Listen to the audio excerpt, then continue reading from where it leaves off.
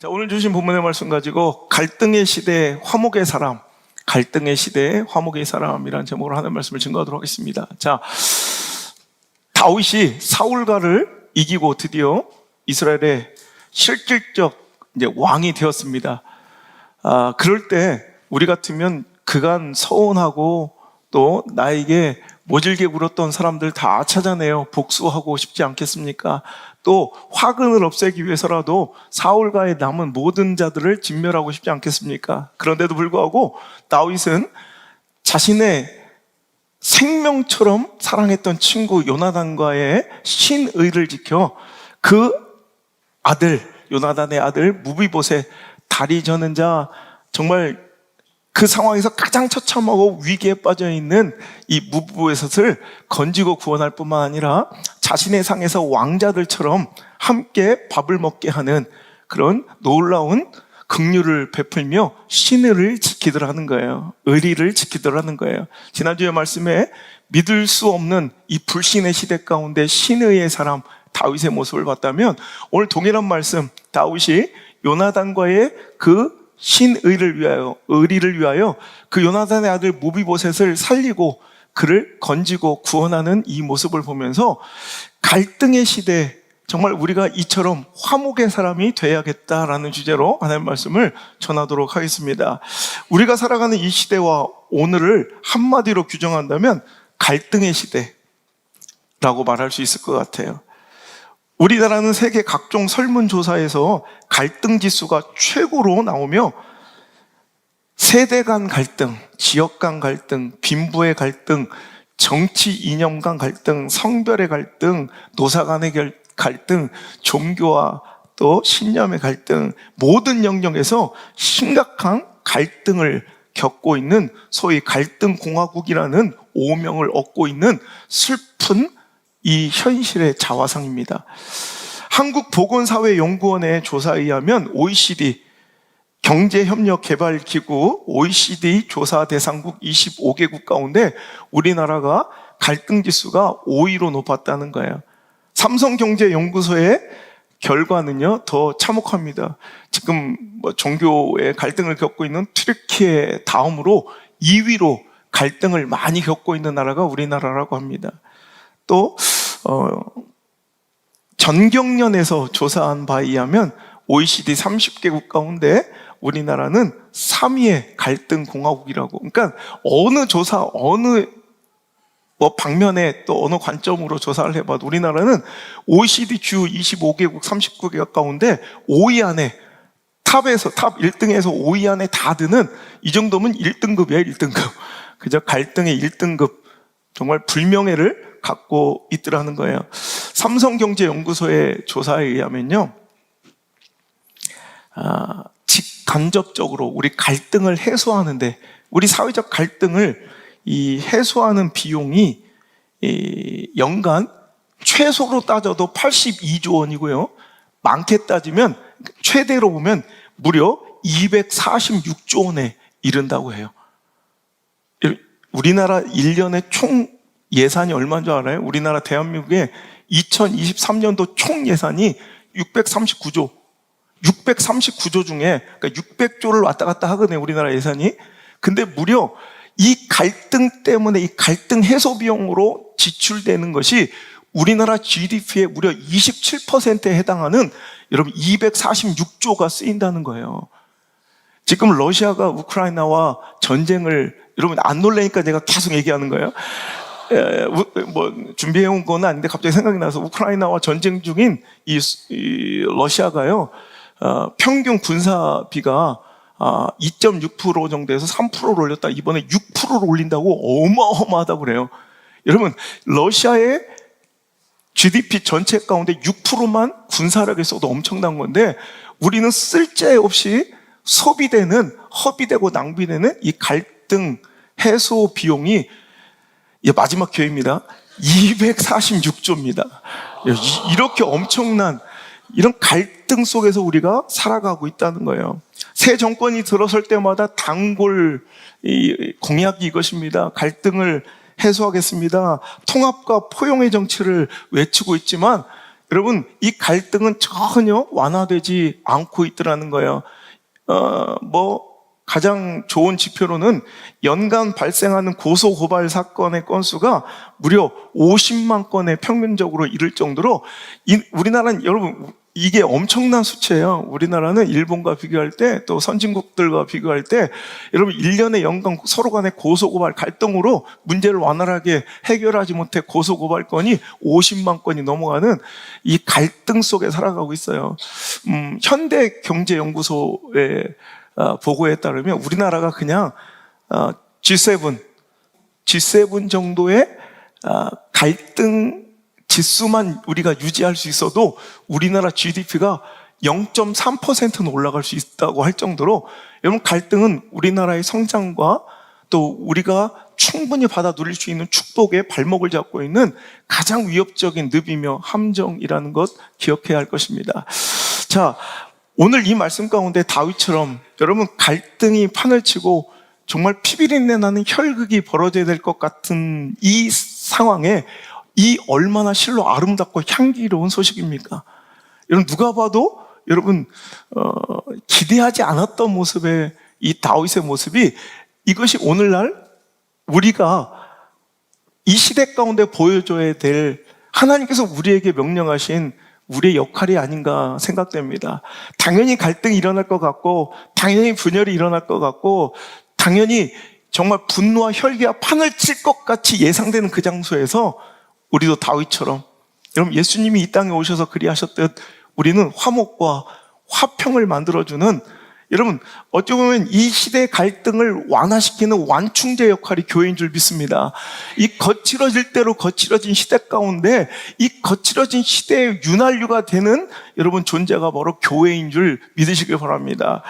고린도후서 5장 18절에 모든 것이 하나님께로부터 났으며 그가 그리스도로 말미암아 우리를 자기와 화목하게 하시고, 함께 읽겠습니다. 또 우리에게 화목하게 하는 직분을 주셨으니 라고 되어 있어요. 보세요. 오늘 예수님께서 우리가 전혀 하나님과 화목할 수 없는 죄인이고 범죄였을 때 예수님이 이 땅에 화목의 직무를 수행하시며 십자가의 사랑으로 우리를 하나님과 화목하게 하신 것으로 끝난 사건이 아니라 우리에게 화목하게 하는 직분을 맡겨주셨대요. 여기 집사, 권사, 이런 목사, 교사, 여러 가지 교회 안에 직무와 직책들이 있겠지만, 여러분, 우리 모두가 다 그리스도인이라면, 십자가의 은혜와 사랑을 받고 누리는 자라면 누구에게나 해당되는 직무와 직책이 있으니 그것이 뭐다? 화목의 직책이다. 화목의 직무는 누구나 감당해야 될 빛과 소금 된 우리들의 역할인 줄 믿으시길 바랍니다. 너무 첨예하게 대립돼요. 너무 날카롭게 날서 있어요. 너무 갈등이 치열해요. 그 가운데 누군가는 스펀지처럼 완충제의 역할을 해줘야 돼요. 윤활유의 역할을 해줘야 돼요. 그것이 누가 하겠냐는, 교회밖에 더 있겠냐는 거예요. 우리 그리스도인이 해야 할 역할인 줄 기억하시길 바랍니다. 정말 미쳐 돌아가는 세상이에요. 마치 전염병처럼 분노가 확산되고요, 잔인함이 확산되고 있어요. 여러분, 전염병처럼 엽기적인 범행들이 여러분 뉴스에서 계속 여러분 나타나고 있잖아요. 신림동 사건이나 분당 사건이나, 그건 이유도 없어요. 그냥 옛날에는 이런 얘기 있어요. 옷깃만 스쳐도 인연이다. 긍정적인 거예요. 우리 옷깃만 스쳐도 참 인연이 있다고 긍정적으로 그 옷깃의 스침과 만남을 중요하게 여겼다. 요즘에는 이런 말이 돼. 옷깃만 스쳐도 무섭다. 언제 어떻게 반응하고 뭘 꺼내들지 모르니까 옷깃 스치기도 무서운 이 시대를 우리가 살아가고 있잖아요. 여러분, 정말 무서운 시대예요. 온갖 곳에서 갈등이 그냥 저는요, 이번에 더 놀라운 것은 우리 이 시대 가운데 분노와 이 혈기들이 내재되어 있다는 걸 확인하는 모습이, 미친 범행을 저지른 그 미친 사람들도 문제, 아무 이유도 없이 사람을 여러분, 이건 게임도 잔인해서 이렇게 잘 못할 것 같아. 근데 그냥 칼로 그냥 사람들을 찔러 죽이는데 그 뒤에 현상이에요. 마치 무슨 챌린지처럼 여기저기서 나도 그렇게 하겠다고, 나도 어디서 그렇게 칼부림 하겠다고, 니들 다 기다리라고, 여러분, 이렇게 협박극을, 여러분, 이런 분노에 가득 찬 이런 범행 예고글을 올린 사람들이 얼마나 많은지 입건되어 구속된 사람만 100명이 넘는데요. 여러분, 이런 걸 보면 막 개탄스럽고 한탄스럽고, 야, 이 시대를 우리가 살아가고 있다니 막 두렵고, 어떻게 하면 이 시대를 이렇게 잔인한 시대 가운데, 분노의 시대 가운데 우리 자녀들을 잘 길러내고 우리가 어떤 역할을 감당할 수 있을까? 이게 당연한 반응인데, 너도 나도 무슨 마치 스위치 버튼 눌러지고 본물이 터진 것처럼 분노와 갈등들이 막 쏟아져 내려서 우리 울산에도 한 명 잡혀갔대. 그리고 또 얼마 전에도 울산 동구에서 내가 신방 가다 얘기했지. 아무것도 아니야. 그때 막 그런 사건들, 막 칼부림 사건들이 이어질 때 우리 울산 동구에서도요, 어떤 사람이 자전거 타고 우리가 가는데, 그냥 자전거 타고 가는데 자전거 불빛이 마음에 안 든다고 집에서 낫을 들고 그럴 때는 얼마나 또 힘이 있어. 자전거 타고 도망치는데 그 자전거를 쫓아왔대. 그래가지고 나 들고 죽여버린다고 막 나 휘두르는 사람이 잡혀가고 그랬잖아. 여러분, 이건 미쳐 돌아가는 세상이야. 누군가는 이것을 끊어야 돼요.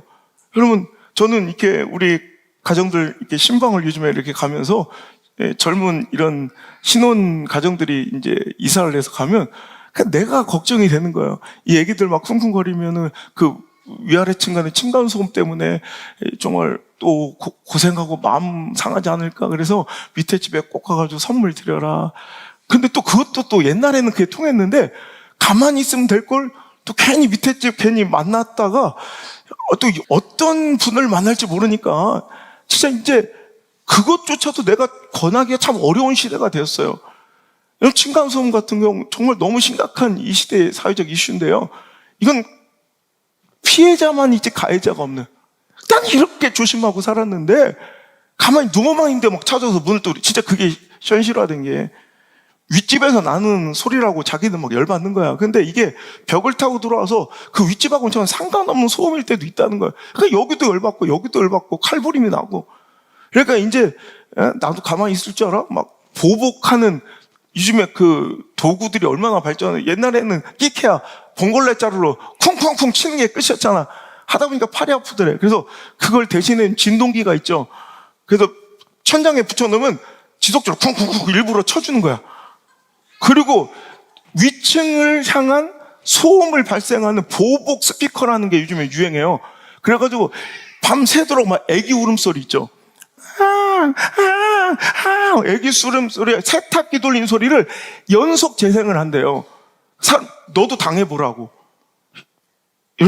그 보복 스피커, 보복 소음의 끝판왕 뭔지 알아요? 가야금 연주자 황병기 선생님의, 참 이것도 불명예인데, 황병기 선생님의 미궁이라는 곡을 틀면 이건 끝장난 거래. 더 이상 이제 돌이킬 수 없는 강을 건넌 거래요. 이거 한번 찾아보시면 알아요. 황병기 선생의 미궁 틀어놓으면 이건 이제 더 이상 윗집하고는 내가 화해할 전혀 생각이 없다는 걸 아주 선전포고야, 이거. 이런 거예요. 한번 들려줄까, 내가? 이걸 되게 잔인하죠? 밤에 이걸 틀어놔봐. 나 잠 못 잔다. 아니, 황병기 선생님에게 내가 본 적은 없지만 죄송합니다만, 요즘 황병기 선생은 얼마나 가슴이 아플까? 자기 곡이 저렇게 그러니까 하여튼 보복, 층간소음 보복의 끝판왕 하면 이거 딱 나와요. 이거를 24시간 틀어내는 거야. 이렇게 잔인한 시대가 됐어요. 이제 누군가는, 여러분, 그 윤활제와 완충제의 역할을 하면서 거칠어질 대로, 날설 대로, 잔인해질 대로 잔인해진 이 시대에 이 갈등을 좀 완화시키고 해소하는 역할을 감당해야 되는데, 여러분, 이 갈등의 완충제, 양보밖에 더 있겠어요? 배려밖에 더 있겠어요? 희생밖에 더 있겠어요? 헌신밖에 더 있겠어요? 따뜻한 관심밖에 더 있겠어요? 사랑밖에 더 있겠어요? 이 완충제 역할, 이 갈등의 완충제 역할을 할 수 있는 건 사랑, 관심, 헌신, 희생, 손해, 양보, 배려, 이거예요. 이거 어디서 나오는 거예요? 교회밖에 더 있어요? 교회가 이 가치들의 생산지인 줄 믿으시길 바라요. 그래서 우리는 오늘도 이 시대에 여러분 하나님의 뜻을 쫓아 화목의 직책, 화목의 직무를 감당하는 이 갈등, 날선 시대 가운데 완충제 역할을 감당하는 우리 귀한 성도들이 되시기를 간절히 바랍니다. 두 번째로 우리가 화목하고 화평해야 되는 이유는 하나님의 뜻을 이루기 위해서 우리는 반드시 화평해야 합니다. 여러분 보세요. 성냄, 분노, 갈등은 하나님의 뜻을 이루지 못하게 만드는 하나님의 뜻을 스스로 깨트려버린 행위다라는 거예요. 야고보서 1장 20절 유명한 말씀입니다. 저는 뭔가 화날 때 이 말씀을 꼭 다시 한번 새겨요. 시작. 사람이 성내는 것이 다시 한 번만 시작.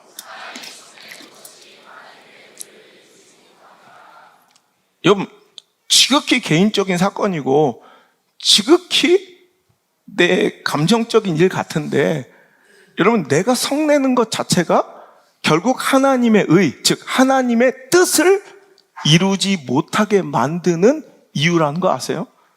여러분 이유와 상관없어요. 뭐 때문에 그랬는지 상대의 몰상식, 비인격 몰라요.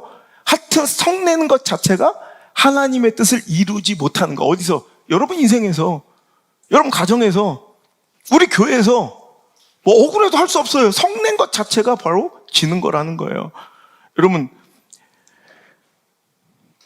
분노는요, 이 갈등은요, 혈기는요, 이 싸움과 다툼은요 반드시 하나님과의 관계, 즉 영적 작업을 실패하게 만들어요. 제가 집회 가서 자주 하는 이 설교 중에 하나가 이번에도 이제 미국의 연합성에 가서도 그랬어요. 교회는 생명입니다. 생명의 유기체. 하나님께서 만드신, 친히 만드신 생명의 유기체예요. 그런 조직이에요. 그죠? 그래서 여러분, 우리 요즘 보면 우리 윤수가 너무 커가지고 처음에 아기처럼 왔는데 윤수가 이제 어느 순간부터 청년처럼 변해가고 있어. 뭘 막 노력해요? 막 오늘 커야지. 막 나는 나이 들어 보여야지. 막 노력하지 않아도 생명은 성장으로 가요. 교회도 생명이라니까. 교회는 가만히 두면 반드시 성장하게 돼 있어요. 근데 왜 성장 안 하는지 알아요? 싸움질해서 그래요. 분열해서 그래요. 갈등해서 그래요. 그냥 아무 짓거리 안 하고 어떤 시스템 도입하지 않고 어떤 노력 안 해도 가만히만 두면 성장해요. 근데 그 가운데 반드시 갈등이 있고요. 반드시 분노가 있어. 그 성장과 축복을 스스로 깨트려 버리게 된다는 거예요. 여러분, 하나님은 우리를 만드신 분이에요. 제조자예요. 만드신 분이 그 제품을 제일 잘 알아요. 그 사용법을 가장 잘 아는 건 그걸 만드신 분일 거예요. 제가 이제 노력해보는 거예요. 전 종이로 써있는 활자로만 저는 이제 정보 습득이 되는 사람인데, 이제 시대에 발맞춰서 이제 탭으로 이제 설교를 해보려고 하는데 잘 안 돼요. 근데 기능도 잘 모르겠어요. 근데 이 탭을 아마 제일 잘하는 사람은 이걸 만들어내신 분일 거예요. 여러분, 하나님은 우리를 만드셨어요. 우리를 제조하시고 창조하신 분이 우리를 너무너무 잘 아시는데 그분께서 우리에게 뭐라고 말씀하시냐면 마태복음 5장 23절 24절에 그러므로 예물을 제단에 드리려다가 거기서 네 형제에게 원망을 들을 만한 일이 있는 것이 생각나거든 예물을 제단 앞에 두고 먼저 가서 뭐 하고 그래요?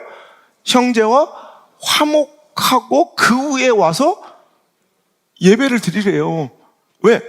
오늘 우리 안에 분노가 그대로 내재된 채로, 내 안에 갈등이 있는 채로, 내 안에 성냄이 있는 채로 여러분 예배 드리고 영적 작업을 해도 그 영적 작업은 무조건 실패해요. 여러분 아무리 좋은 설교를 쏟아내고요, 아무리 진심 전심을 다해 설교해도 여러분 그 안에 분노 있는 사람은 절대 은혜 못 받아요. 절대 이 안에 은혜의 주인공이 되지 못해요. 그 안에 여러분 갈등과 분열과 혈기와 이 마귀에게 틈을 준 자들은 절대로 은혜가 안 돼요. 그러니까 에베소서 4장 26절 27절에도 분을 내어도 죄를 짓지 말고 해가 지도록 분을 품지 말아야 된다는 거예요. 그건 다 네 손해라는 거예요. 그러니까 성 안 낼 수는 없잖아요. 화가 확 나올 때가 있잖아요. 그런데 그 분을 오래도록 지속시켜도 안 되고 그 분노로 인해 행동의 결정, 죄를 지어서도 안 된다는 거예요. 그럼 무조건 우리는 하나님의 의를 깨트려 버린 거예요. 그러면서 결론을 뭐래요? 마귀에게 틈을 주지 마라. 오늘 나의 성은, 나의 분노는 저 상대방의 몰상식과 비인격에 합당한 반응이라고 나는 정당화시킬 수 있겠지만 그것이 다 마귀의 틈이다라는 거예요. 여러분, 저수지에 틈 하나, 여러분 그 댐에 웅덩이에 틈 하나 있으면 아무것도 아닌 것 같지 않습니까? 반드시 터져요. 여러분, 그 틈을 벌려주는 것, 오늘도 마귀가 활동할 수 있도록 그 공간을 내어주는 것이 나의 분노, 나의 성냄, 나의 혈기, 나의 이 비판적, 비관적 사고, 이런 것들을 자꾸 내 마음에 쌓아두면요, 이건 마귀의 활동 영역을 열어준 거고 절대 그곳에는 하나님의 역사가 이루어지지 못해요. 그러니까 여러분, 교회가 성장하려면, 내 믿음이 성장하려면, 여러분, 내가 은혜 가운데 잘 자라고 내 자녀 후손들에게 멋진 신앙의 대를 이어주고 신앙의 명문가를 세워주려면 마귀에게 틈을 주거나 마귀가 우리 가정에서 역사하도록, 우리 교회에서 일하도록 내버려둬서는 안 된다는 거예요. 그러니까 여러분, 제가 막 설교를 준비할 때 너무너무 막 진짜 진심으로 준비해요. 막 정말 너무너무 두려운 마음으로 준비하고요. 벌벌벌 떨면서 아무리 잘 해와도 여러분 오시다가 여러분 이러면 스스로 다 뭐 부부싸움 할 때 있잖아요. 올 때 그냥 얌전하게 잘 와야 되는데 뭐 안 그러시겠지만 뭐 1년에 한 번 정도는 부부싸움 하잖아요. 막 빨리 오라고, 막 지금 늦었다고, 막 그럼 목사님한테 욕 먹으려고 그러냐고, 앞자리 뺏기겠다고 막 서로 그러면서 막 그럼 알았다고 다 됐다고 막 조금만 기다려. 5분 한 게 벌써 4번째라고. 그거 찍어 바른다고 그 호박이 수박 되느냐고 막 그렇게 핀잔을 줘요. 그러면 부인이라고 할 말 없겠어요? 그럼 지가 좀 도와주든가. 지들은 아침에 일어나서 뱅껍데기 또 수수 허물벗도 다 지나가 버리고 나는 그거 다 뒷정리하고 챙기고 나서 씻느라고 늦은 거지. 내가 원래 금뜨냐고. 나도 원래 재빨았던 내가 육상부 선수였다고. 이러면서 맨날 니들 만나서 내가 이렇게 됐지 막 이러면서 막 티격태격 하다가 공기가 쎄한 채로, 우리 교회는 또 멀리서 오니까 그 냉전의 시간이 길다고. 차라리 걸어오면 차라리 각자 오면 되는데 우리는 뭐 1시간, 2시간 거리에서 오신 분들이 많으니까 그 시간 차 안에 공기가 에어컨도 안 틀었는데 막 쎄 냉랭해요. 그리고 와봐요. 그날 아무리 찬양이면 백목사 모가지가 터지 핏줄을 막 난 저러다 죽지 싶은 거예요. 저러다 내가 중년에 상처하지 싶은 거예요. 저지랄 막 노래를 불러대고 막 목사가 나와서 막 열변을 토하고 설교를 해도 은혜가 돼야 안 돼요. 그렇게 내 안에 분노가 있는 채로 싸움질하고 온 채로 오면 절대 은혜 안 돼요. 은혜가 안 된다고. 돌아가신 조용기 목사님 와서 해도 안 돼요. 옥하는 목사님 와서 해도 안 돼요. 뭐 장경도 목사님 와도 안 돼요. 안소 목사가 오면 약간 될까 말까 막 이 정도로 진짜 어려운 일이에요. 진짜 이거 굉장히 어렵다는 얘기를 하고 싶은 얘기예요. 여러분, 그러니까 우리가 마음이 격분되고 마음이 막 괴로울 때는요, 영적인 작업이 시도조차 생각조차 안 나고요, 깊은 지경의 하나님과의 관계가 이루어지고 성립될 수가 없어요. 그러니까 마귀는요, 우리한테 어떤 축복이나 은혜가 임할 때, 하나님의 놀라운 역사와 하나님의 뜻이 이루어지려 할 때 하나님의 뜻을 꺾는 게 아니에요. 우리한테 툭 갈등의 불씨 하나 던져주면 지들이 하나님의 뜻을 다 깨트려 버리는 거예요. 아까 얘기했죠? 우리가 분노하고 성내는 것은 하나님의 의를, 하나님의 뜻을 이루지 못하게 하는 거예요. 그러니까 마귀가 하나님의 뜻을 꺾는 걸 본 적이 없어요. 꺾을 수도 없어요. 마귀는 하나님의 하위 존재예요. 그러니까 그가 할 수 있는 건 우리에게 갈등의 씨앗을 던져주는 거예요. 분열의 씨앗을 던져줘요. 그러면 그 가운데 가장 약한 쪽으로 들어가요. 그러니까 그 안에 그 내재된 부정적인 사고, 비관적인 마음, 삐뚤어진 마음, 뭔가 권위와 질서를 복종하지 않는 마음, 또 약간 막 선동과 이런 선전에 막 휘둘리는 사람들은 자기 욕심 많은 사람들, 이런 사람들한테 그 씨가 딱 뿌려져요. 이게 그들에겐 좋은 밭이야. 하나님 말씀이 떨어질 때 옥토박 같은 마음 돼야 되잖아요. 가시밭 같은, 길가 같은, 바위 틈 같은 이런 데는 안 돼. 근데 마귀들이 이런 던져진 그 의심과 갈등과 분열의 씨앗이 가장 잘 자라는 곳은 그런 곳이에요. 비관적이고 비판적이고 음흉하고 지욕심 많고 이기적이고 이런 사람들한테 반드시 역사를 해요. 그럼 그 가운데 다 깨지는 거예요. 그러니까 하나님께서 뭐라고 하시냐? 야, 영적인 작업, 내가 너를 만들었잖아. 그거 암만 첫날 만날 와서 여기서 엎드려도 안 돼. 먼저 화목하고 와. 화평한 마음 가져와. 불평을 제하고 와. 그거 하려고 얼마나 노력해야 되는 게 이 자리인지도 몰라요. 절대로 여러분 사람의 감정의 자리가 되어서는 안 돼요. 그러니까 저는 주일날 어떤 때는 내가 화나는 일 있잖아요. 입도 안 열어요. 우리 집사람 알아요. 내가 그냥 입도 안 열고 토요일부터 입도 안 열어요. 왜? 분노란 놈은 그래요. 한번 내가 딱 틈을 주잖아. 그럼 그 분노가 막 눈덩이처럼 커져요. 그냥 가둬두면 아무것도 아닌데 내가 한번 입 벌려 얘기하잖아. 그 새끼 왜 그런지 몰라. 그러면 그러게 말이야. 막 그러면서 막 번져나가. 그 새끼 눈빛도 안 좋고 생긴 건 또 애새끼들도 마음에 안 들어. 막 이렇게 된다는 거야. 그럼 옆에 있는 듣는 사람이 또 피해자가 돼. 그렇죠. 백 목사가 또 나서 저도 요즘에 그렇게 느꼈어요. 그건 종자가 글러먹었나 봐. 막 이렇게 하다 보면 이제 내 안에 분노와 혈기가 얼마나 많아질지 몰라요. 저 안 해요. 그냥 좀 마음에 안 드는 거 있으면 토요일부터 말도 안 해요. 내가 말 안 하고 지나가잖아. 그냥 집사람 알아요. 그럼 날 슬슬 피해. 말 안 걸어요. 뭔가 못마땅하고 힘든 일 있나 보다. 그러면 절대 입 벌리지 않아요. 왜? 오늘 여기서 이 설교가 그런 것들이 어떻게 되면 모르겠지만 오늘 이 말씀에 살고 죽을 사람들이 여기 있는데 내가 영적인 작업, 제가요 집회 나가서 회를 잘 안 먹어요. 여러분 회 좋아하잖아요 제가. 그런데 왜 그러냐면 저는 매일같이 대접받는 식사 대접고 매일같이 하는 집회예요. 360일 거의 매일 집회하잖아. 나는 그냥 오늘도 또 한 번의 집회야. 그런데 그들은 2년, 3년을 기다린 오늘 이 말씀이 교회를 살리고 죽일 수도 있고 여기서 어떤 한 성도, 어떤 한 가정, 어떤 자녀는 여기서 살고 죽을 수도 있고 위대함의 자리로 갈 수도 못 갈 수도 있는 이런 절대절명의 이 갈림길일 수 있는데 내가 괜히 참치야 같은 거 하나 먹고 싶어가지고 잘못 먹었다가 막 탈이 나서 내가 내 스스로 내가 육신을 잘 건사하지 못해서 그날 내가 건사하지 못한 내 육신 때문에 은혜를 못 끼치면 어떡할까 그 두려움에 회도 잘 안 먹어요. 여러분 그럴진데 내 마음은 어떻겠어요? 여러분 내 안에 분노가 쳐들어오고 내 안에 부정적인 생각, 이 혈기가 있으면 절대 하나님의 말씀은 은혜로 다가가지 못해요. 여러분 가슴팍까지 절대 전달되지 못하고 배달 사고 나는 거예요. 하나님 주신 말씀은 진짜였는데 가다가 썩어버려. 가다가 오염돼 버려. 그럼 무조건 실패해요. 여러분 입구가 오염됐는데 뭐가 잘 되겠어요? 입구 필터가 오염됐는데 뭐가 잘 되겠어요?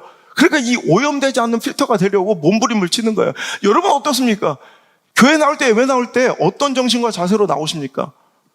오늘 충분히 그 하나님의 말씀의 은혜와 여러분 하나님의 말씀의 능력을 받기에 합당한 여러분 그 마음밭으로 이 자리에 나오셨는가요?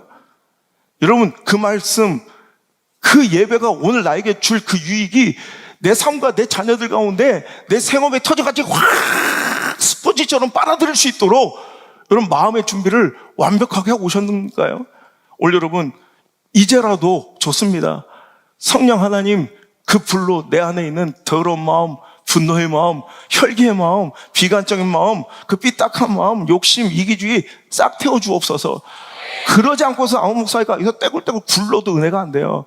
여러분 점점 은혜가 안 되시는 분들이 있다면 내 마음을 점검하세요. 삐딱한 내 마음, 구부러진 내 혀, 이런 부정적인 내 마음을 여러분 잘 정리하시고 여러분 점검하지 않는 한 절대 죽었다 깨어나도 아까 그랬죠. 조용기 목사님 와도 안 되는데 어느 교회 오면 될 거야. 그나마 여기가 좀 가능성이 있다고 그랬죠. 여러분 보세요. 하나님의 뜻을 이루기 위해서라도 그 큰 뜻을 이루기 위해서라도 그 작은 거, 그 허접한 거 이런 거와 싸울 필요가 없다는 거죠. 여러분 과하지옥이라고 들어보셨을까요? 가랭이를 기어가는 치욕을 견디다 뭐 이런 뜻이죠.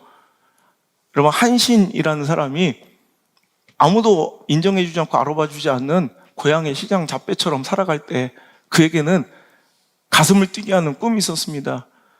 시대를 제패하고 여러분 시대적 인물이 되고 한 나라의 일국의 왕이 되고 싶은 그런 큰 꿈이 있었던 한신은요, 그 동네 백정들이 이제 칼 차고 다니는 한신이 못마땅했던지 야, 너 용기 있으면 나를 배워보고 용기 없으면 살고 싶으면 내 가랭이를 기어라.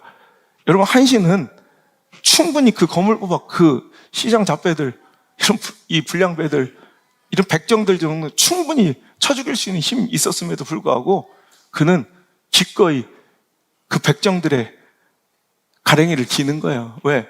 내가 여기서 힘을 쓰고 내가 여기서 싸울 일이 아니라는 거죠. 제가 보니까요, 마귀의 전략은 부흥이 있기 전에, 축복이 있기 전에, 은혜가 있기 전에, 뭔가 회복이 있기 전에, 큰 하나님의 역사가 이루어지기 전에 꼭 마귀는 분열과 갈등을 조장해. 제가 옛날에 얘기했죠. 셰익스피어의 4대 비극 중에 오셀로라는 작품을 보면, 오셀로는 베네치아와 이 키프러스 이 지방을 배경으로 하고 있는 너무나 멋진 작품이죠. 인간의 안에 내재되어 있는 이 악, 그 뿌리가 의심이라는 거죠. 존경받고 인정받는 최대 그런 유능한 군인이었던 오셀로에게 데스데모나라는 아주 이쁜 부인이 있었던 거예요. 근데 이아고라는 이 부하가 의심을 자꾸 심어주는 거예요. 그러니까 막 그 인생을 송두리째 망치는 것이 그를 칼로 찔러 죽이는 게 아니라 그냥 툭, 당신 안에 데스데모나가 딴 사람 좋아하는 것 같던데? 이렇게 툭 의심 하나 던져. 마귀 새끼들이 이래요. 여러분 마음에, 여러분 하나님 말씀, 권위, 질서, 교회, 여러분에게 공급해야 될 그 은혜의 통로들을 의심하게 툭 하나 던져줘요. 그러면 그 의심이 막 자라나는 거예요. 막 번성하는 거예요. 내가 스스로 감당하지 못하고 자기 손으로 사랑하는 그 아내를 쳐 죽이고 다 죽이고 막 피비린내 나는 혈극이 되는 거예요. 이게 세상의 법칙이에요. 세상의 비극이라고. 하지만 하나님 나라의 백성들의 모습은 이러면 안 돼. 다윗처럼 이 갈등의 시대에 아무리 분열의 씨앗을 던져주어도, 여러분 갈등의 씨앗을, 분노와 혈기의 씨앗을 던져주어도 그걸 극복해내고 그 위기를 견뎌내셔야 돼요. 저는 하나님 놀라운 역사가 일어날 때, 제가 이제 목회 20년 하면서 부흥이 오거나 제 목회 인생에 큰 하나님 영향력을 주시거나 축복을 주시려 할 때 반드시 나타나는 공통된 현상이 바로 이 분노, 뭔가 분쟁들이 막 분열의 영이 항상 역사를 해요. 제가 이 4월 달부터 내가 참 기가 찬 거예요. 하나님께 우리 교회에게 엄청난 큰 역사를 맡기시려고 하셨습니다. 여기 땅한 것처럼 여기저기서 싸움질을 하는 거예요. 그러니까 팀 안에서 싸움이 나고, 선교에서 싸움을 하고, 사역자들끼리도 싸우고, 학교에서도 싸움질을 하고, 내 교사들 불러서 내가 한 번만 더 감정 드러내면 나 이제 학교 다 박살낸다 그랬어요. 사역자들끼리 내 옆에 주변에서 다 쌩 난리를 쳐. 그럼 끝난 거예요. 아, 이번엔 못 받겠구나. 그래서 끝난 거예요. 여러분, 앞으로 하나님께 주실 축복들, 저는 그렇게 생각해요. 충분히 받아두려. 전 이대로도 족합니다. 근데 여러분들은 내가 아쉬운 거야. 여러분이 상상하지도 못할 놀라운 축복과 은혜들이 기다리고 있을진데, 그 누가 깨뜨리는지 알아요? 시뻘건 마귀가 와서 뻐드렁이 들이키고 삼시창 갖고 깨뜨린 게 아니라 당신이 깨뜨리는 거예요. 당신 그 감정질, 그 분노질, 그 혈기질, 그 싸움질이, 그 못난 모습이 하나님 우리에게 주신 놀라운 축복들을, 은혜들을, 부흥들을 닦게요. 이거는 어찌 보면 피해자이면서 가해자인 것이 안타까워. 자기들은 지극히 개인적인 일이라고 생각하는데 나는 보면 알아요. 요 땅한 것처럼 그때부터 빡 몰아쳐요, 분열이. 거기서 놀아나면 끝나는 거예요, 교회가. 거기서 휘둘리면 끝나는 거예요. 그래서 저는 안 싸워요. 그냥 내부터요. 여러분, 그게 오히려 여러분 하나님의 뜻을 이루는 한 가닥 희망일 수도 있다는 거. 가만히 있는 거. 가만히. 내가 옳고 그름 시시비비가 아니라, 근데 꼭 그거 못 참고 꼭 지 승질 드러내고 지 감정 드러내야 사는 사람. 그래서 후련해 있었죠. 그럼 그 다음에 하나님 주실 유익, 하나님 주신 은혜와 부흥을 뺏기는 손해도 감수하셔야 돼. 이게 제가 분노값이라고 그랬지, 화값이라고 그랬지. 화 못 참는 사람들 있죠. 그 감정 결국 드러내는 사람 있죠. 가만히 있으라도 꼭 나가서 뭔가 한판 해야 되는 사람 있죠. 잘하셨어요. 해도 돼. 근데 저는 그래. 남자답게, 성도답게 화값을 치러야 된다. 분노값을 치러야 된다. 하나님 주실 놀라운 축복들은 분명히 손상된 거예요. 이건 절대로 이거는 예외가 없어요. 그걸 감당해야 돼요.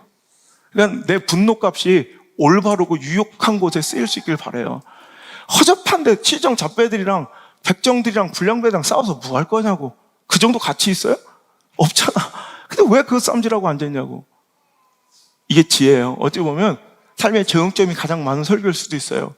그런 시정 잡배들과 싸우고 있는 한신들이요. 여러분, 한신은 나중에 여러분 그 초나라 일개 병사에서 이 한나라의 대장수가 돼가지고 여러분 지금 시대 역사 모든 전쟁 역사에 획을 그을 정도로 엄청난 그런 위력을 달성하고 그들은 이제 한나라의 왕위에 제위에 오를 때까지 그런 멋진 역사가 만약에 그때 칼 빼들고 난리쳤으면 이 한신의 위대한 그 뒤에 너머의 역사는 없어지는 거예요.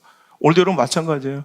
오늘 바지가랑이를 기는 게 억울한 게 그게 손해가 아니라 그럼 저는 억울한 게 없어서 변명할 게 없어서 해명할 게 없어서 가만히 있는 줄 알아요? 여러분, 그러니까 입 벌리고 다니는 사람들이 문제인 거예요. 여러분, 안 해요. 왜? 바지가랑이를 길 정도. 여러분, 침묵하는 게, 가만히 있는 게 오히려 축복의 은혜예요. 오늘도 그 은혜가 여러분의 있기를 간절히 바랍니다. 우리가 화목의 직책을 감당하며 갈등의 그 완충제 역할을 하기 위해서 우리가 화평해야 된다고 했고요. 또 하나 뭐라고요? 하나님의 뜻을 이루기 위해서 우리는 화목해야 된다. 그런데 우리가 화를 내지 않아야 하나님 뜻이 이루어지는 거 있지만 그냥 화평 자체가 하나님의 뜻이기도 해요. 그러니까 내가 화평함으로 어떤 하나님의 뜻을 이루어야 될 것도 있는 거 분명해요. 그런데 그냥 화평 자체가, 화목 자체가 그냥 하나님의 뜻이니까 그거를 깨트리면 그냥 그 자체가 벌써 하나님의 뜻이 이루어진 것이 아닌 거라는 거예요. 자, 에베소서 4장 3절의 말씀 한번 읽어볼까요? 시작. 평안에 매는 줄로 성령이 하나 되게 하신 것을 힘써 지키라 이래요. 로마서 12장 18절 시작. 할 수 있거든 너희로서 모든 사람과 더불어 화목하라 그래요. 이게 하나님 뜻이에요. 히브리서 12장 14절 시작. 모든 사람과 더불어 화평함과 거룩함을 따르라. 이것이 없이는 아무도 주를 보지 못하리라. 자, 보시죠. 하나님의 화평과 이 화목은요, 그냥 어떤 개인적인 일이나 공동체의 어떤 성향, 저 교회는 분위기 좋아, 이 정도가 아니라 하나님을 뵐 수 있느냐 없느냐. 이게 하나님의 뜻이라는 거예요. 할 수 있거든 너희로서 모든 사람과 더불어 화평해야 되고, 모든 사람과 더불어 화평과 거룩함을 따르지 않으면 하나님을 볼 수 없다는 게, 그러니까 우리는 평안의 매는 줄로 성령이 시키신 일은 뭐예요? 성령은 하나 되게 하심을 우리는 어떻게 해야 된다? 힘써서 지켜야 된다. 이게 하나님의 뜻인데, 그럼 우리가 오늘도 화평하지 못하고 화목하지 못했다는 것은 결국 성령이 우리에게 지시하는 바를 깨트린 거예요. 그리고 하나님의 뜻을 어긴 거예요. 그리고 그러니 하나님을 뵐 수 없는, 그러니까 은혜를 받을 수 없는 자리가 돼요. 이제 그래서 그 갈등과 분열을 깨트리고 돌아오셔야 돼요. 화목의 자리에 있어야 하나님을 봬요. 화평의 자리가 하나님을 만나는 자리예요.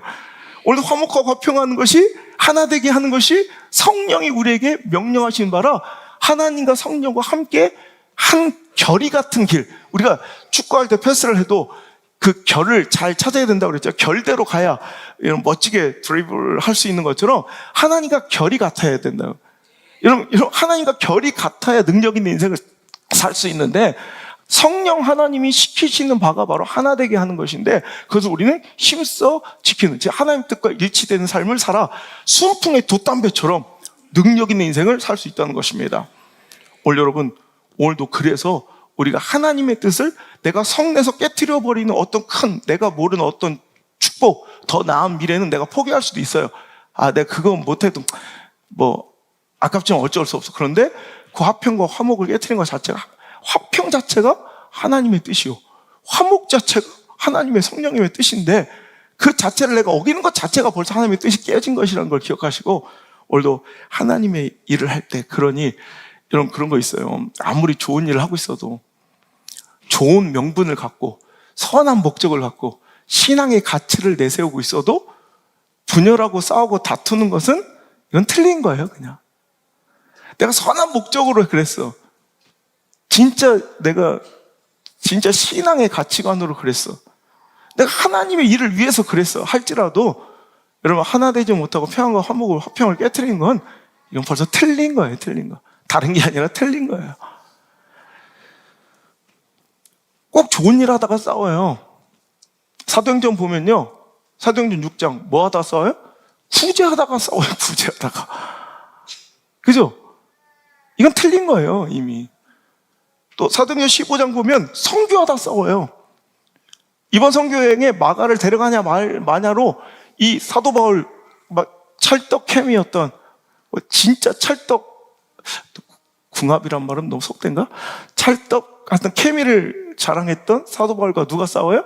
바나바가 그냥 보통 싸운 게 아니라 뭐냐, 심히 다투었대요. 막 아사발이 된 아사발이. 완전히 막 난장판 된 거예요. 선교 현장이. 보세요. 목적은 구제, 사랑이에요. 목적은 선한 가치, 선교예요.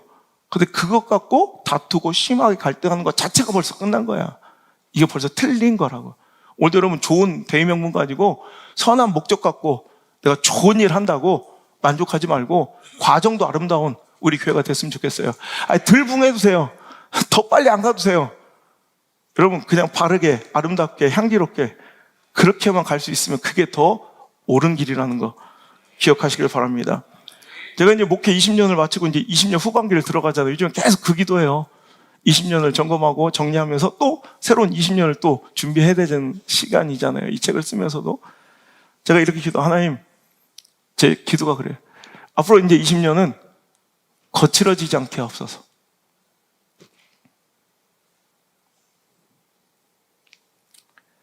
참 힘들었습니다.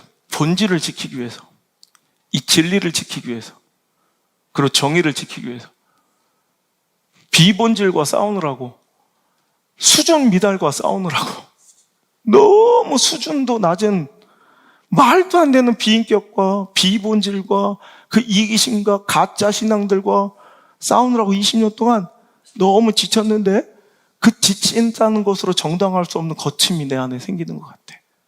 그래서 하나님께 기도해요. 하나님, 앞으로도 정의를 지켜내고 본질을 지켜내고 진리를 수호하되 거칠어지지 않게 하옵소서. 잔인해지지 않게 하옵소서. 이게 내 기도예요, 요즘에. 여러분도 그렇게 기도하시길 바랍니다. 그렇다고 더 수준 미달로 놀지 말고 더 비인격적으로 가도 저놈은 하나하나 또 시험지, 리트머스 시험지가 되지 말고, 그러다가 잘 참다가 욱 하면 어떡할 거야. 그죠? 여러분, 오늘도 좋은 아름다운 관계를 우리가 그래요. 정의를 지킨다고, 선한 목적으로, 내가 신앙을 위해서 그런다고 교회가 오히려 갈등과 분열의 완충제 역할을 해야 되는데 오늘날 교회가 그래요. 갈등의 도화선이에요. 분열의 발화점, 발원지가 찾아가 보면 교회일 때가 많아요. 지금 극단적인 이분법으로 이 사상, 이념의 논리가 교회 안에 진리의 영역을 파고들어서 이 진영의 논리가 진리의 영역으로 파고들어와서 교회도 두 조각이에요. 목사도 두 조각이에요. 여러분 진리 안에 하나가 돼야죠. 말도 안 되는 짓이, 아니 그따위 허접한 진영 논리가 뭐 대단하다고 진리를 손상시켜. 근데 요즘엔 진영 논리의 우상에 빠져있는 사람들 잘 들으세요. 어떤 극단적으로 어떤 정치 사상과 이념을 신봉하는 사람들 잘 들으세요. 그 우상이에요. 그 우상이에요. 목사들도 우상이에요. 교회도 우상이에요. 여러분 하나님의 진리를 따르세요. 진리 안에 성경 말씀 진리를 전할 때 그 허접한 진영 논리가 들어와서는 안 된다. 이제 교회가 싸움터가 돼버리고 분열의 온상이 돼버리고 이 갈등의 발화점, 발원지가 교회가 돼버리고 있다는 거. 완충제는커녕 여러분 정신 차려야 돼요. 여러분 정의와 진리를 지킨다고 여러분 잔인해진 사람들 있죠? 그냥 상대편 나와 다른 논리와 진영에 막 잔인하게 막 이야기하고 막 난폭하게 구는 사람들, 그건 다 틀린 하나님 뜻 절대 아니에요. 그거. 그런 사람 따라가면 안 돼. 그런 사람 믿으면 안 돼. 알겠습니까? 하나님 뜻은 절대 시기와 질투, 분노와 혈기로 일하면 응축력과 응집력, 힘과 능력은 훨씬 더 많이 생겨요. 여러분 이런 거 갈등을 조장하고요. 그 막 분열을 막 정당화시키고 막 시기, 질투, 진영 논리, 상대방과의 분열과 막 갈등을 유발하면 이익을 보는 극단적인 갈등 가운데 이익을 보는 몇 부류가 있어요. 그걸로 먹고 사는 사람들이에요. 하지만 하나님 뜻은 절대 아니에요. 하나님 뜻은 절대 아니에요. 여러분 그리고 하나님은 시기와 질투로 싸움질로 일하지 않으세요. 이런 분열감, 뭔가 이렇게 막 경쟁시켜서 막 시기 질투심으로 일하지 않으면 그건 마귀가 시킨 일이야. 원래 여러분 빠르지 않아도 바르게, 참 느려도, 아니 성장 안 해도 되니까 자녀들에게 못 볼 걸 보여주는 싸움터, 분열, 이런 막 흉측한 비본질의 현장이 되지 말고 이렇게 향기롭게 아름답게 한 명, 두 명, 두 가정, 세 가정 모여서도 예배만 진심으로 드린다면 그게 성공한 목회고 승리의 목회고 그게 건강한 교회일 것 같아요. 전 그런 교회를 꿈꾸면 또 20년 나갈 거예요. 아름다운 예배자, 진실된 예배자, 진심이 통하는 교회, 여러분 그런 신령과 진정으로 예배하는 공동체가 저 여러분 되었으면 좋겠습니다.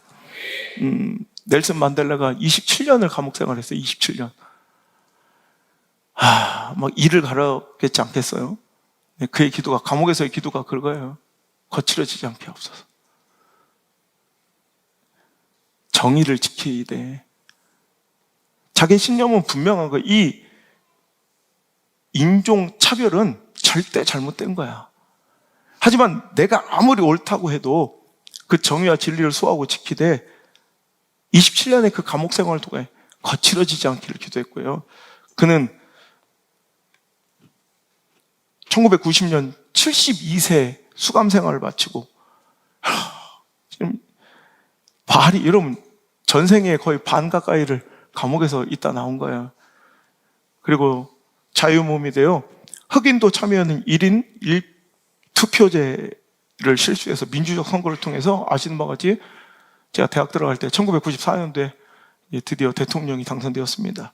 대통령이 된 만델라는 과거에 백인 지배 계급에게 어떠한 불이익도 가하지 않고요, 오히려 본인을 감옥에 보내고 동료와 가족들을 핍박하고 괴롭혔던 바로 그 사람들과 함께 일했다는 거예요.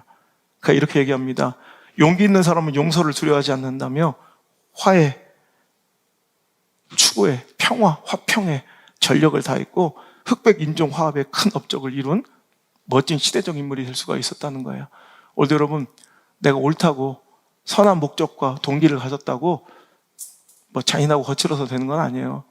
여러분, 좋은 길을, 선한 길을, 그 과정도 아름답고 향기로운 저와 여러분 되시길 간절히 바랍니다. 제가 믿음의 승리 비법을 알려드리고 있잖아요. 이 책의 전체 주제가 그거예요. 내가 아직 책 제목은 공개하지 않는데, 믿음의 승리 비결, 믿는 사람의 신앙적 승리 비결이에요. 오늘 여러분 제가 절대 지지 않는 법을 알려드릴게요. 오늘 이건 정말 핵심 중에 핵심이에요. 자, 절대로 여러분 지지 않는 법을 알려줄 테니까 잘 들어요. 이건 무조건 절대로 지지 않는 방법은 싸우지 않는 거예요. 그럼 패하진 않아요. 그래서 이기진 못할지언정 지지는 않아요. 그럼 지지 않는 인생 살길 바랍니다. 또 하나 알려줄까? 부부싸움 안 하는 비결? 결혼하지 않는 거예요. 그거밖에 없대. 기생충에서 그런 대사가 나요. 아들아, 계획은 다 빗나간다. 계획이 빗나가지 않는 유일한 방법은 아예 계획을 세우지 않는 것이다. 내가 건축 5번 하면서 계획대로 된 게 한 번도 없어. 우리의 계획은 무조건 다 틀립니다. 그러니까 계획을 안 세우면 계획이 빗나갈 일도 없는 것처럼, 여러분 우리 인생에 싸우는 게, 지는 게 질렸다면 싸우지 마세요. 안 싸우면 최소한 지지는 않아요. 패하지는 않을 수 있다는 거예요. 사랑하는 성도 여러분, 다윗은 불필요하게 싸우지 않아요. 갈등하지 않아요. 그래도 흘린 피 때문에 하나님의 뜻을 이루지 못하고 그 스스로 성전을 짓지 못해요. 이렇게 조심하고 살았는데도 자이든 타이든 흘렸어야 될 그의 잔인함과 그의 피 흘림 때문에 그는 결국 자기 손으로 그 영광된 성전 건축의 위협을 달성하지 못해요. 난 이렇게 될까 봐 두려워요. 다른 거는 하나도 겁나는 게 없는데, 하나님이 영광된 일을 할 때 피 흘림 때문에 하나님 일을 우리 교회에서 거두시면 어떡하나. 근데 그런 일들이 벌어질 때 그것을 보는 아비의 심정은 정말 가슴이 아파요. 정말 축복이 넘쳐나야 될 곳인데, 예를 들어서 우리 안드레 성주가 예배하고 있지만 유학을 보내왔더니 거기서 막 공부를 하고 의투합해서 서로 돕고 협력하며 막 좋은 것들을 누려야 되는데 형제끼리 막 싸우고 갈등하고 있다. 아무것도 누리지 못하고 살고 있다고 생각해봐요. 그걸 본 아비의 마음은 얼마나 아프겠어. 내가 어떤 때는 내가 아버지 어머니도 와 계시지만 제가 정말 전 우리 교계에서 효자라고 소문났는데 전 지금도 씻을 수 없는, 내가 마음에 계속 걸리는 한 사건이 있어요. 내가 이제 개척하고 너무 이제 자격지심이야. 내가 그냥 컴플렉스야. 내 스스로가 자격지심이에요. 어디서 뭐 끌린 적도 뭐 진 적도 없는 내가 개척하는 바람에 모든 것을 다 내려놓고, 그래서 막 밥을 굶으면서 목회할 때 명절에 어머니 아버지 이렇게 만나면, 우리 가족들 만나면 괜히 내가 자격지심에 아무것도 아닌 말에 막 내가 누나나 여동생하고 막 충돌을 하는 거야. 아무것도 아닌데 지금은 내가 다 포용해 줄 수 있어. 근데 이게 사람이 궁색하면요, 그러니까 화내고 찌질한 사람도 이해해 줘야 돼. 내가 20년 전 아우성을 보면서 아유, 저 찌질하니까 저렇구나. 못 품어줄게. 여러분 잘 돼봐요. 못 품어줄게 뭐가 있나. 그냥 귀여워.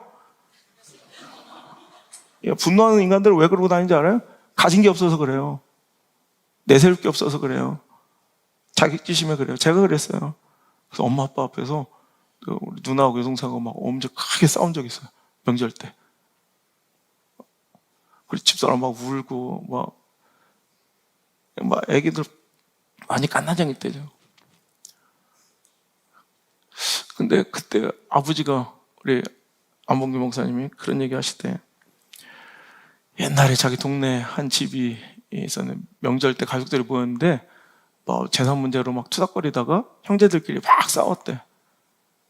근데 그 아버지가 건너병으로 가시더니 안 나오시더라. 가보니까 조용히 농약을 먹고 돌아가셨다는 그 얘기를 나한테, 저분의 예화를 써도 되게 아주 극단적이야. 막 최극단으로 그냥 그 얘기를 들으면서 운전에 내려오는데 눈물이 크게 나요. 지금도 제가 가장 큰 불효하면 지금 처음 말씀인데, 그때 그 사건을 잊을 수 없어. 내가 항상 죄인된 마음으로 살아요. 자녀들이 싸우는 모습을 보는 아비의 마음은 저렇게 가슴이 찢어지겠구나. 말씀을 맺습니다. 여러분 손자병법 아시죠? 춘추시대 오나라 왕 협려를 섬겼던 손무가 쓴 고대 중국의 병법서가 손자병법이잖아요. 지금 뭐 싸움에 나가는 전쟁 전략서가 아니라 인생을 지혜롭게 살아가기 원하는 뭐 현대인들의 그런 지혜지침서로도 많이 읽히는 손자병법. 여러분 그 손자병법의 그 마지막 게 36개가 아시는 것처럼 주위상이에요. 주위상.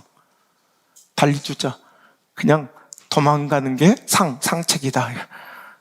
그래서 우리가 36개 뭐 주랭랑 이런 얘기 쓰잖아요. 그게 손자병법의 제1개부터 2개, 3개, 4개 나오는데, 우리 지난주에 제1개 얘기했잖아요. 처음에 속이는 것이 전쟁의 근본이라는 거, 속이고 기만하고 뭔가 이렇게 막 오도하고 이간질시키는 게 아주 고효용, 저비용.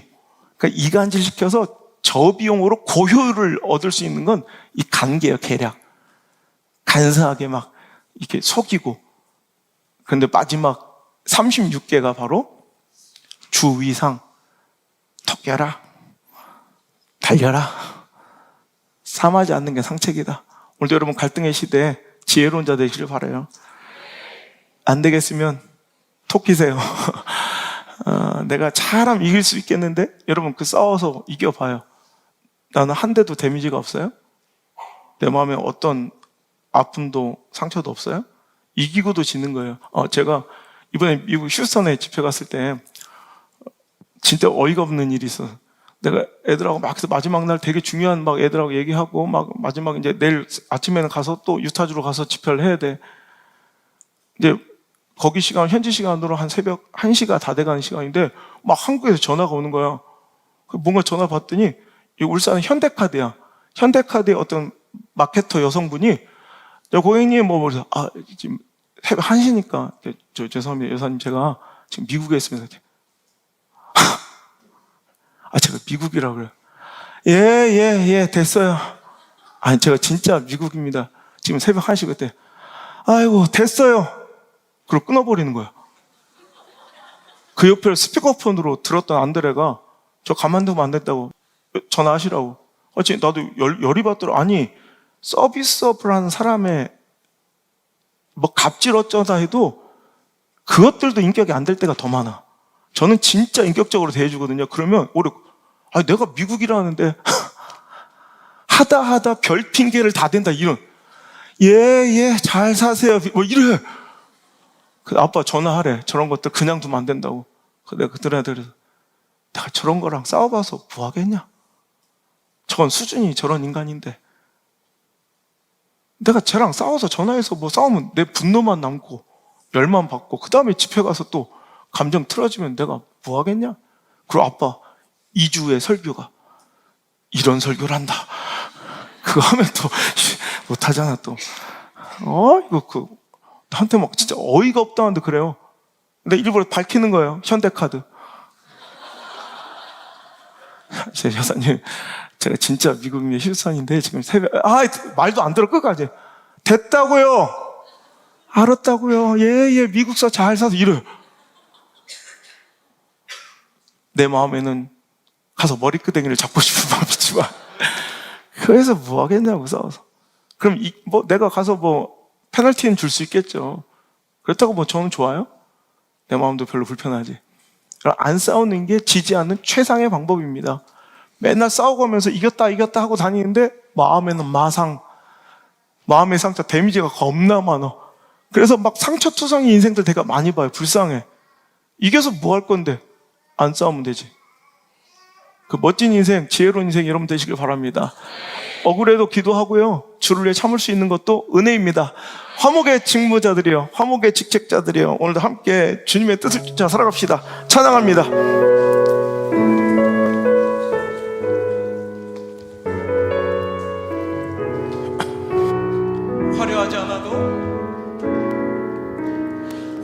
화려하지 않아도 정결하게 사는 삶, 가진 것이 적어도 감사하며 사는 삶, 내게 주신 작은 힘 나눠주며 사는 삶, 이것이 나의 삶의 행복이. 눈물 날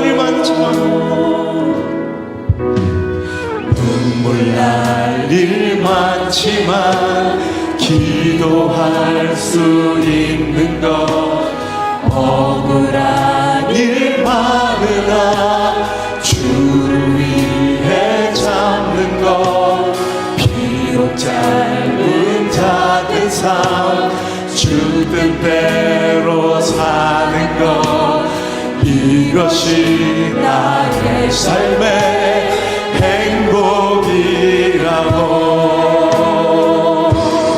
이것이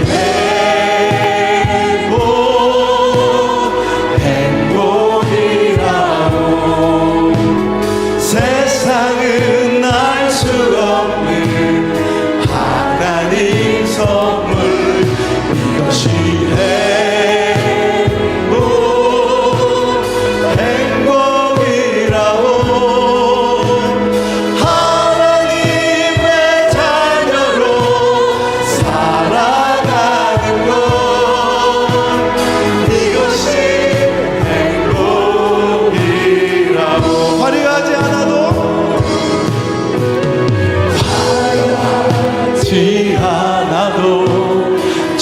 정결하게 사는 삶, 가진 것이 적어도 감사하며 사는 삶, 내게 주신 작은 힘 나눠주며 사는 삶, 이것이 나의 삶의 행복이.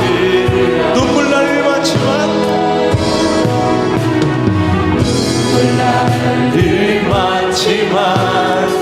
기도할 수 있는 것 억울한 일 많으나 주를 위해 참는 것 비록 짧은 작은 삶 주 뜻대로 사는 것 이것이 나의 삶의 행복이 이것이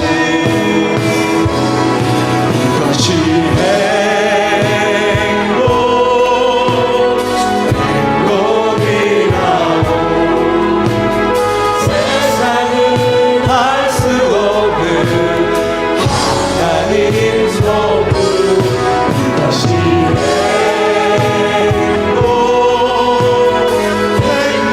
행복이라고 하나님의 자녀로 살아가는 것 이것이 행복이 이것이 행복 이것이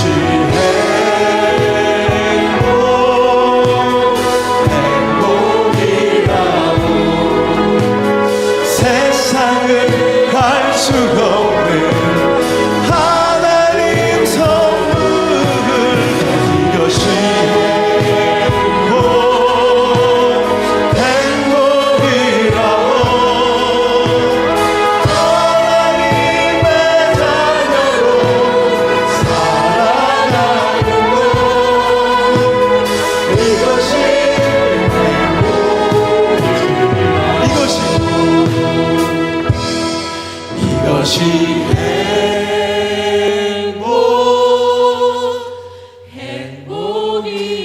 행복이라오 세상은 알 수 없는 하나님 선물 이것이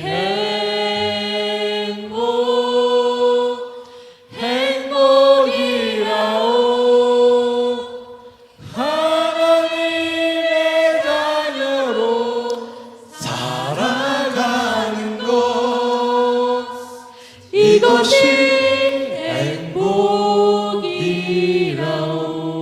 행복이라오.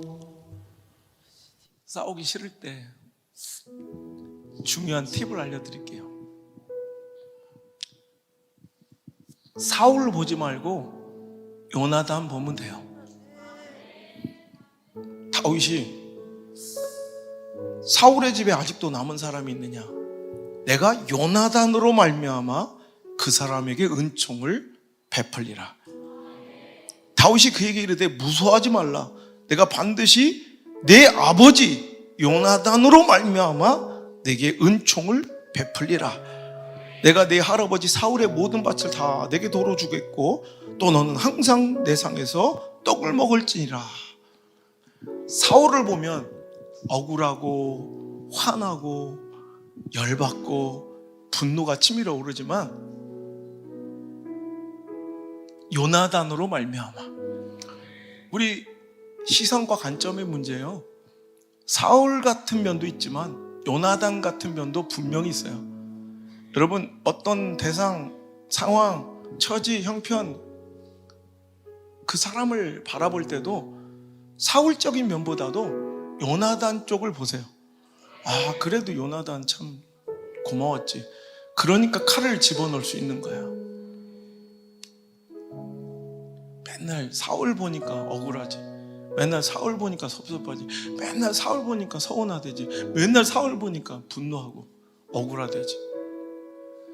억울한 일 많아도 기도할 수 있는 게 어딥니까? 정말 힘든 일 많아도 눈물 날 일 많아도 주를 위해 참을 수 있다면 그게 하나님의 뜻을 이루는 길이라면 기꺼이 화목을 선택하겠습니다. 사랑하는 성도들이 오늘도 이렇게 다짐합니다. 하나님 들으셨죠? 화목의 직책을 수행하러 나가는 저들의 발걸음 두렵고 떨리지만 담대하게 하시고 오늘도 기꺼이 내가 있는 자리, 가정, 친족, 또 직장과 사업의 현장, 학업의 현장,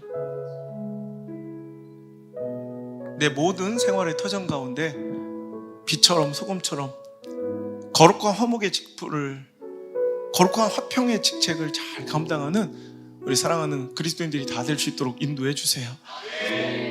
참 이전에 믿음의 선배님들은 갈등의 골이 필 대로 깊게 패였던 역사적 상황 속에서도 일제 침략기와 전쟁의 그 난리 이념 전쟁 속에서도 용서하고 화합하고 화평하며 시대 갈등의 골을 메우는 가교의 역할을 했으며 그 상처를 보듬은 후시딘 같은 역할을 해왔던 교회들이 어느샌가 갈등의 원흉이 되고 분열의 발화점이 되고 싸움과 혈기의 도화선이 되어 있지는 않습니까? 오늘도 마땅히 주님의 명령대로 화평의 직책을 감당케 하시고 화평 화목함으로 하나님의 뜻을 이뤄내고 오늘도 선한 동기에 합당한 아름다운 과정도 있게 도와 주옵소서. 지지 않는 가장 완벽한 비결, 절대로 지지 않을 수 있는 비결 하나님 알려주시니 감사합니다. 싸우지 않는 것입니다. 맨날 싸워가면 상처 있고 이겼다고 좋아하는 어리석은 자 되지 않게 하시고 안 싸워서 지지 않는, 안 싸워서 상처 없는 아름답고 향기로운 인생이 우리 사랑하는 성도들 다 되게 도와주옵소서. 이제는 그 화목의 직무의 본을 십자가로 보여주신 예수님의 은혜와 우리가 아직 죄인 되었을 때, 하나님과 원수 되었을 때 우리를 용납하신 하나님 아버지의 사랑과 힘써 하나 되는 것을 도우시며 우리를 이끄시는 성령님의 감화감동, 교통하심과 이끄심의 그 귀한 능력의 손길이 오늘 이 자리에 나와 갈등, 분열, 혈기를 가지고 나왔지만, 용서 못한 상처를 가지고 나왔지만, 이 시간 말씀 가운데 정화되고 성령의 불로 도말되어 이제 화평의 도구로, 평화의 도구로, 화목의 직책을 감당하러 오늘도 삶의 현장으로 달려나가는 우리 사랑하는 성도들 머리 위에 떠나가지 마시고 1초도 떠나지 마시고 1초도 떠나지 마시고 영원토록 함께 계시기를 간절히 또 간절히 축원하옵나이다. 아멘.